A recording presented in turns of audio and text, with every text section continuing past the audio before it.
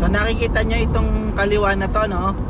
Yan, dahil linggo ngayon, mas marami na yung pabalik ng Maynila o na Metro Manila. Itong left side na ito, ginagawa ng mga masisipag na mga taga-NLEX.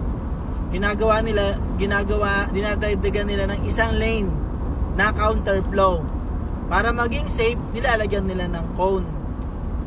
So, dahil ito sa bigat ng daloy ng trapiko, dahil masipag yung ating mga kawani, mga empleyado dito sa NLEX, salute, no?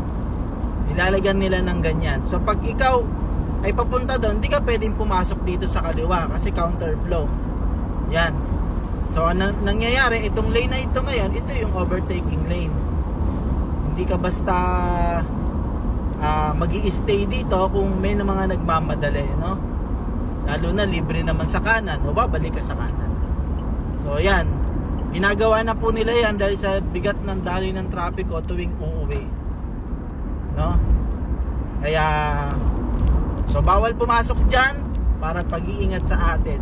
Baka kasi biglang may sumalubong na tapos nandiyan ka sa loob, ano mangyayari? Ade, magkakabanggaan kayo. Kahit mga emergency vehicle, hindi basta-basta papasok dyan, lalo na blind spot yung nasa unahan. Hindi sa labas na pwedeng pumasok. Ano po? Road and Machine Care, laging magtagubilin sa ating pagbiyahe, laging maging caring sa ating pagmamaneho.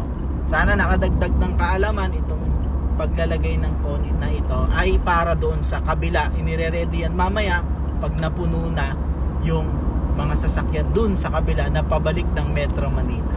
Ang binabaybay namin ay northbound ng NLEX.